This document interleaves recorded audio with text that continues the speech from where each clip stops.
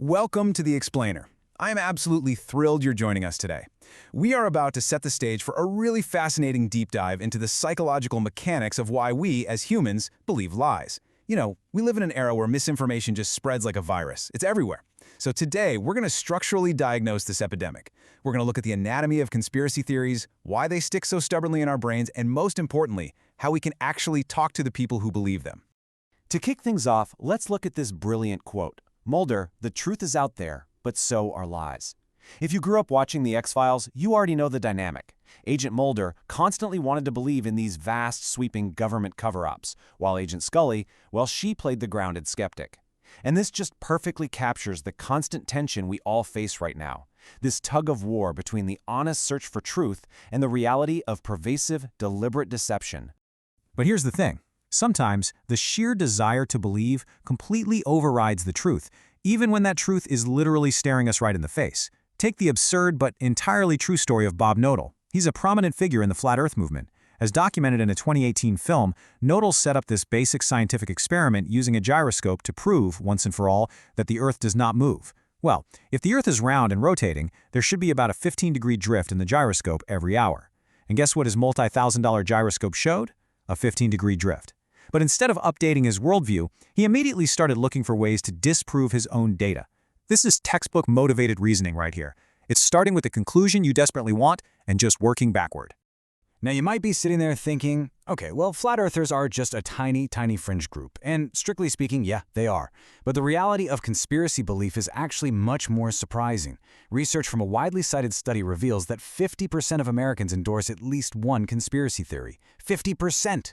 Whether it's beliefs about hidden cures for cancer, the secret origins of global pandemics, or shadow cabals controlling the financial world, this isn't just a fringe issue anymore. It's a widespread societal condition. It's a virus of the mind that has, quite frankly, gone totally mainstream. Okay, let's dive into this. To understand and treat this information epidemic, we have a 4-step agenda today.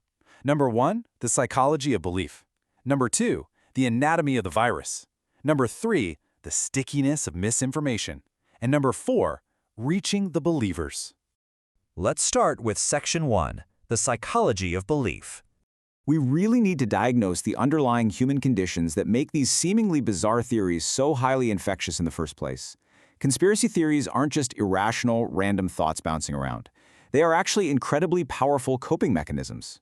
Research shows they fulfill 3 basic human needs. First up, epistemological needs. That's just a fancy way of saying the desire to make sense of a really chaotic world. A simple secret plot is way easier for the human brain to process than complex, random global events. Second, existential relief. When the world feels terrifying and uncertain, believing in a conspiracy actually establishes a false sense of order and control. And third, relational needs. Conspiracies give people who feel marginalized a community, a shared cause, and a way to separate themselves from the everyday sheeple. But our brains also betray us through basic cognitive errors. Let's play a really quick game to see how this works. I want you to meet Linda. Linda is 31 years old, single, outspoken, and very intelligent. She majored in philosophy, and as a student, she was deeply concerned with issues of discrimination and social justice, and she participated in anti-nuclear demonstrations. Okay, based on that description, which of the following is more likely? Option A, Linda is a bank teller, or option B, Linda is a bank teller and she's active in the feminist movement. Take a second and actually pick one in your head. Well, if you guessed option B, you are totally normal, you're in the majority. But you've also just committed what psychologists call the conjunction fallacy. Let's break down the math on this. Let's say the probability of Linda being a bank teller is, say, 5%, or 0.05, and the probability of her being a feminist is 99%, or 0.99. The likelihood of her being both of those things is the product of those two numbers, which is 0.001, meaning it is statistically always less likely for two events to occur together than a single event alone. Yet, our brains almost always prefer option B. Why? Because it tells a more coherent, representative story. And conspiracy theories exploit this exact same flaw. They string together completely independent events into one grand connected narrative that just feels true, even though statistically, it's virtually impossible. And this brilliantly highlights the deep divide between a scientific theory and a conspiratorial worldview.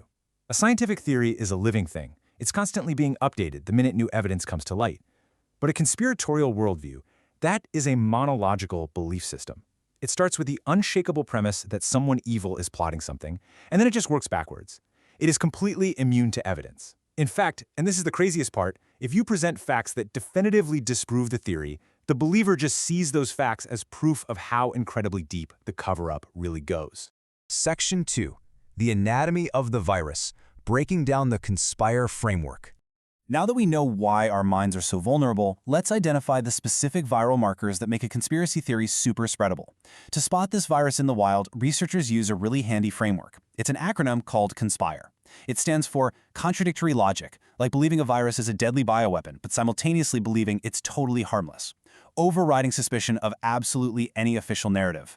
Nefarious intent, assuming the plotters are purely cartoonishly evil. Something must be wrong. Even if one part of the theory is totally debunked, they insist the broader picture is still highly suspicious. Persecuted victim. The believer sees themselves as the brave hero fighting a massive evil cabal. Immune to evidence, which we just talked about. And finally, reinterpreting randomness, connecting dots between completely unrelated events. Keep this acronym in your back pocket. It is your structural toolkit for spotting bad information. Section 3. The Stickiness of Misinformation. So, okay, we know how to spot the virus, but what actually happens once it enters the brain? Let's explore why these falsehoods linger around even after being thoroughly, conclusively debunked. Look at this fictional timeline of a warehouse fire to see how this works. At 8:58 p.m., an alarm goes off. Fast forward to 4:30 a.m., and investigators report that cans of oil paint and pressurized gas were found in a closet where the fire started. Aha! But wait, at 10:40 a.m., an official update is issued. Investigators made a mistake. That closet was actually totally empty. Now here's the catch. If I ask you later what caused the intense heat and toxic smoke of that fire, your brain will seriously struggle to forget about the oil paint and gas. The source material calls this the continued influence effect. It's the psychology of why our brains struggle so much to disregard false information once it's been committed to memory. It's actually a lot like a jury in a courtroom. If a witness blurts out something highly prejudicial on the stand, the judge will bang the gavel and yell. The jury will disregard that statement. But we all know the jury can't just magically hit delete on that file in their brains.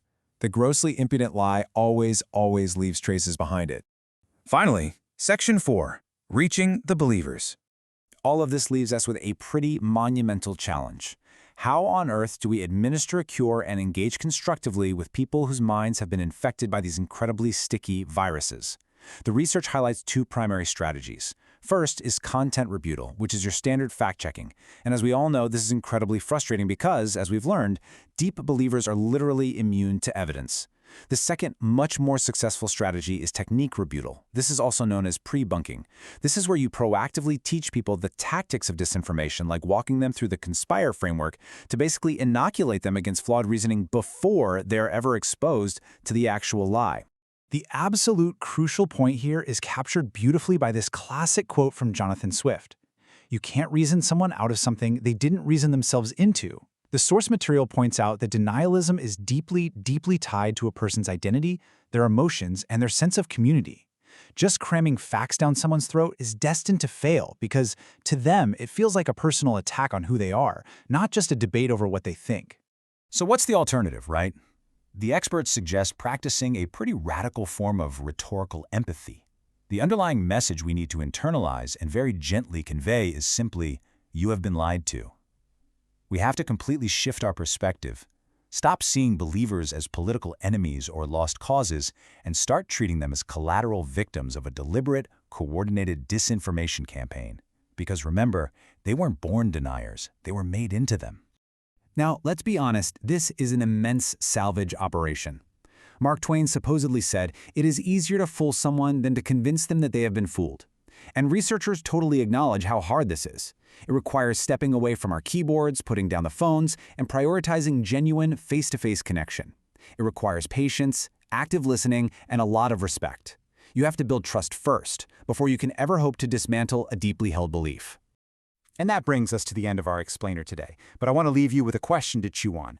Armed with a Conspire framework and a really healthy dose of empathy, how are you going to approach your next conversation with a believer? Are you going to go to war over the facts, or will you try to understand the human being behind the belief?